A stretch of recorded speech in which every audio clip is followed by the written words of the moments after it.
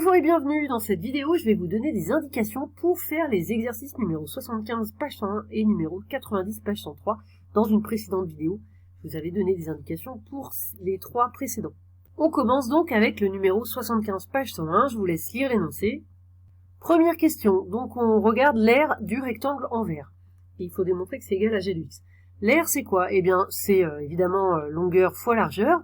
Ici la longueur, eh bien en fait c'est f de x puisque A est sur la courbe, et puis la largeur, eh bien c'est x, puisque c'est l'abscisse du point A.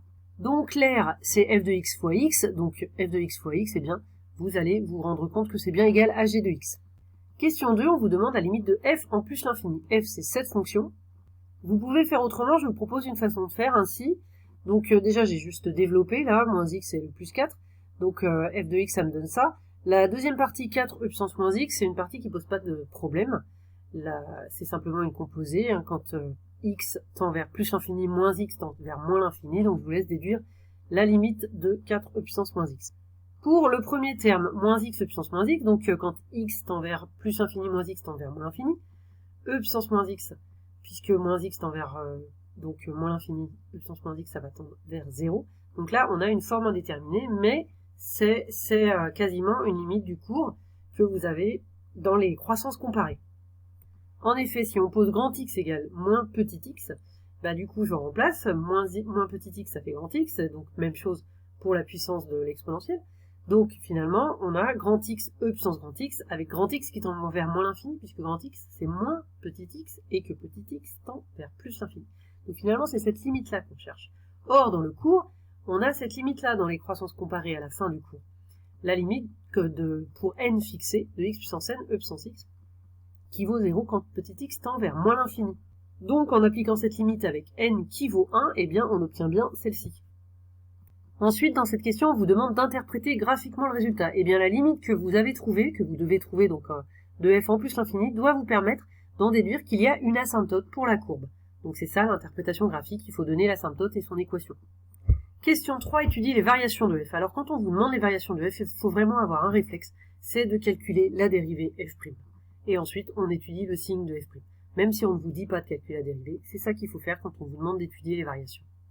Donc je vous laisse calculer la dérivée de f en pensant bien que c'est un produit, on a une parenthèse fois une fonction, et en pensant aussi que la dérivée de e puissance moins x, c'est du type e puissance u avec u qui vaut moins x, et donc la dérivée c'est u' e puissance u, c'est-à-dire, puisque la dérivée de moins x c'est moins 1, ça donne moins e puissance moins x. Donc avec ça, je vous laisse faire le détail, il faut l'écrire, et à la fin je vous donne le résultat.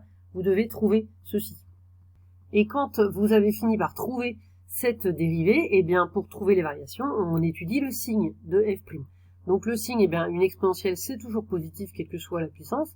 Donc finalement le signe de f', ce sera le signe de x-5. Donc je vous laisse faire le tableau de variation correspondant. Maintenant, dernière question, qui peut paraître un petit peu étonnante, l'expression de g est-elle correcte pour tout x de 0 plus l'infini? Cette expression elle était donnée sur 0,1. Là, ce qu'il faut bien voir, c'est que g, c'est une aire. Donc, on a dit que c'était x fois f de x.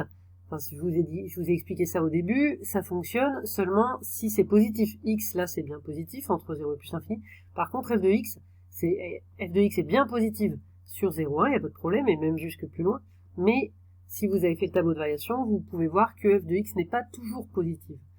Donc, ça n'est pas une aire, si on multiplie avec un nombre négatif, ça ne peut pas donner une aire à la fin. Donc c'est ça qu'il faut répondre ici. Et maintenant, numéro 90, page 103. Je vous laisse lire l'énoncé. Alors, première question, quel est le taux de vasopressine dans le sang au début de l'hémorragie? Alors, le début de l'hémorragie, ça correspond à t égale à 0. Donc, remplacez t par 0 et vous trouverez le taux de vasopressine. Et question B, au bout de 12 secondes, eh bien, remplacez t par 12, puisque la t est en secondes, et faites le calcul et vous verrez que le taux de vasopressine, il est au-dessus du taux considéré comme normal. Petit c, déterminer la limite de f en plus l'infini. Alors donc ici on a t multiplié à e puissance moins 0,25t. Bon, vous le savez, dans les croissances comparées, entre t ou une puissance de t, bon là c'est t, et exponentielle, c'est toujours l'exponentielle qui l'emporte. Donc vous pouvez aussi raisonner comme ça. Là, j'ai fait une petite transformation pour me ramener à une limite du cours. Donc, puisque dans le cours, on a la limite de x puissance x, enfin, on a x puissance n, e puissance x, donc en posant n égale 1, on a x puissance x. Ici, on n'a pas tout à fait t puissance t, donc j'ai fait une petite modification pour qu'on ait la même chose, la puissance ici, qu'on l'ait aussi devant, et du coup, forcément, j'ai dû mettre un moins ici et diviser par 0,25, mais ça nous fait des constantes, c'est pas très grave. Et je pose petit x égale moins 0,25t, ce qui me permet d'écrire ceci comme x puissance x. Et donc, quand t tend vers plus l'infini, et bien x, puisque c'est moins 0,25t, x tend vers moins l'infini. Donc on se ramène à une limite du cours sur les croissances comparées. Cette limite elle tend vers 0, donc je vous laisse déduire la limite de f de t, puisque ici ça tend vers 0 et on a plus 2. Interpréter ce résultat, là, dans cette question, il ne s'agit pas de courbe ici, comme dans l'exercice précédent, là c'est par rapport à l'exercice. Ça veut dire qu'au bout d'un certain temps, on peut estimer que le taux de vasopressine se rapproche de telle valeur. Voilà. Question 2, dresser le tableau de variation de f. Donc ça, comme dans l'exercice précédent, dresser le tableau de variation, le réflexe, c'est on calcule la fonction dérivée de f. Pour la calculer, c'est du même type que dans l'exercice précédent. Bien penser qu'on a un produit. Ici, on a 3t fois e puissance moins 0,25t. Le 2, il va disparaître dans la dérivée, puisque c'est une constante toute seule. Donc un produit, donc vous faites bien la dérivée du produit u'v plus uv'. Et puis, pensez aussi que la dérivée de e puissance moins 0,25t, puisque c'est du type e puissance u, la dérivée c'est u' e puissance u. U' c'est moins 0,25 quand on dérive moins 0,25t. Donc la dérivée de e puissance moins 0,25t, c'est moins 0,25 e puissance moins 0,25t. Je vous laisse écrire tout ça, il faut l'écrire, il faut le détailler. Ensuite, vous mettez e puissance moins 0,25t en facteur et vous devez obtenir ce résultat. Ensuite, pour trouver les variations, il faut donc déterminer le signe de cette dérivée.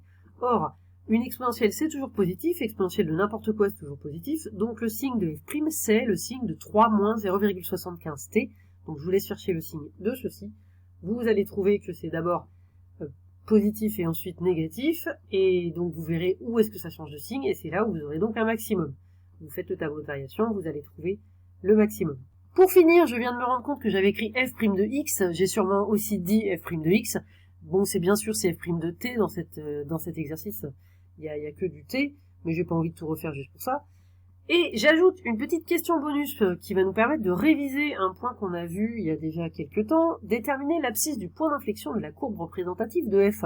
C'est quoi déjà le point d'inflexion? Pour trouver un point d'inflexion, on calcule la dérivée seconde, f seconde de t. Donc je vous laisse faire, il faut redériver cette fonction f'. Donc même chose comme tout à l'heure, c'est un produit et la dérivée de puissance moins 0,25t, ça n'a pas changé. C'est moins 0,25 fois e puissance moins 0,25t, donc je vous laisse le faire. À la fin, vous devez trouver ceci. Et donc, pour trouver le point d'inflexion, il faut trouver le point pour lequel la dérivée seconde, donc f seconde, s'annule en changeant de signe. Donc il faut trouver où est-ce qu'elle s'annule. L'exponentielle n'est jamais nulle, donc il faut trouver où est-ce que cette parenthèse s'annule. Et donc je vous mettrai ça dans le corrigé. Bon courage!